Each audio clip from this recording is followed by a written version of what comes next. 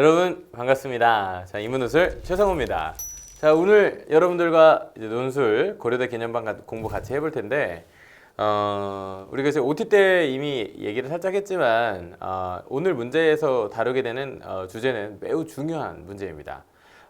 약간 올드하긴 해요. 이게 이제 언제 거냐면 07학년도야. 그러니까 07학년도면 언제니?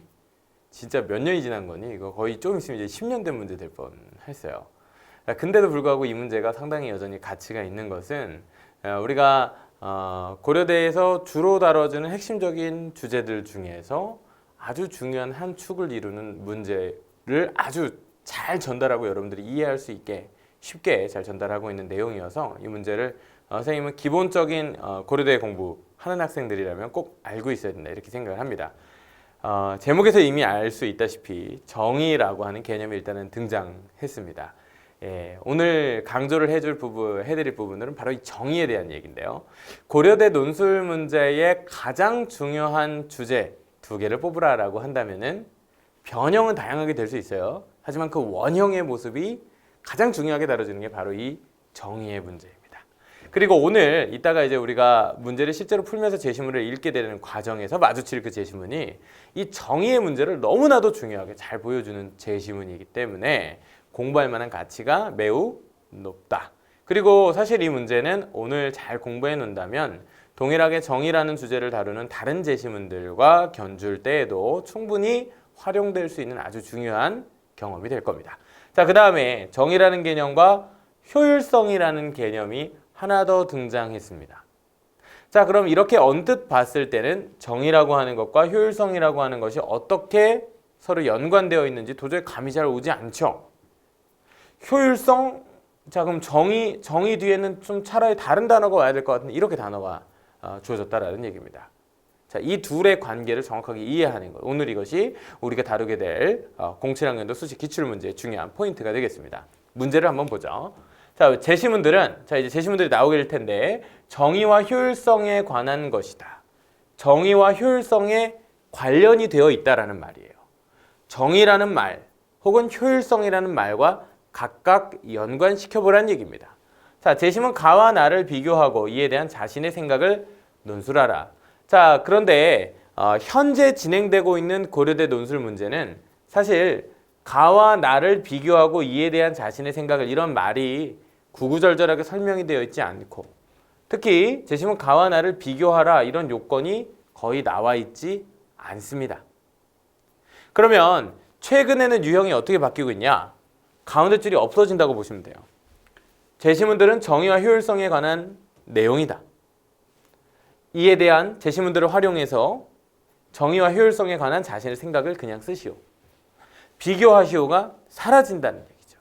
자, 이렇게 해서 전체가 천자가 돼야 되는데 가운데에서 나오는 비교하시오, 평가하시오 같은 구체적인 방향이 주어져 있지 않은 채 그냥 자신의 생각만 쓰라고 견해에 대한 직접적 질문만 하고 있다는 게 바로 요새 최근의 문제입니다.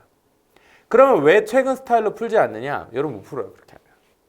기본적인 유형에서부터 어떻게 변형이 돼가는지를 차근차근 익혀야 되기 때문에 오늘은 정의라는 주제를 가지고서 견해를 쓸 때 어떻게 해야 되는지 중점적으로 배우면서 비교를 통해서 견해를 쓸 때와 또 이것이 사라졌다 할지라도 결국에는 일맥상통한 원리가 존재한다는 것을 여러분들이 깨달으시기를 바랍니다.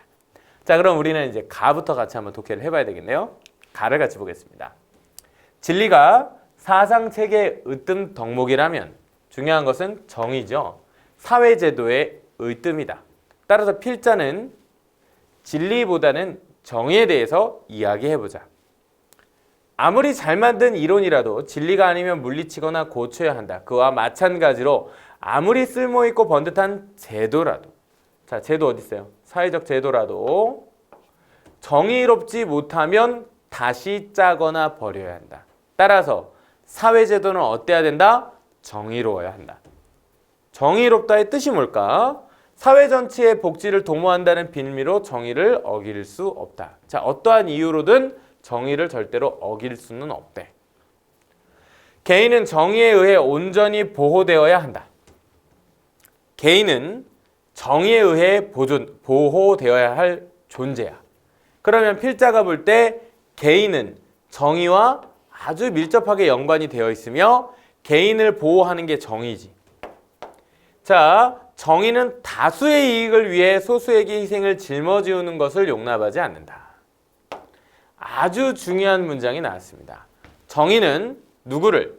소수를 희생시키는 것을 결코 용납하지 않는데, 소수를 희생시켜서는 안 된다는 얘기죠. 따라서 동등한 시민적 자유가 이미 자리 잡은 사회는 정의롭다고 간주된다. 그러면 동등한 시민적 자유라는 건 어디 존재하겠어요? 모든 구성원들의 자유가 동등하게 존중받는, 즉 소수가 일방적으로 희생되지 않는 사회는 정의롭다는 얘기야. 그 사회에는 정치적 거래나 사회적인 이해타산이 정의가 수호하는 권리들을 좌우하지 않기 때문이다. 예를 들면 정치적 거래나 사회적인 이해타산이 정의를 좌우해선 돼, 안 돼? 안 되는 거지. 정리해보면 무슨 얘기? 자, 가의 아주 중요한 첫 번째 문단의 핵심은, 사회제도의 핵심은 정의에 있다. 정의의 중요성. 정의로운 사회제도는 어떻다? 개인의 자유를 동등하게 보호한다. 자, 이 얘기를 첫 문단에서 하고 있었습니다. 그럼 첫 문단 내용 우리 독해 다 거의 끝났고, 자, 다음 문단으로 넘어가 보죠.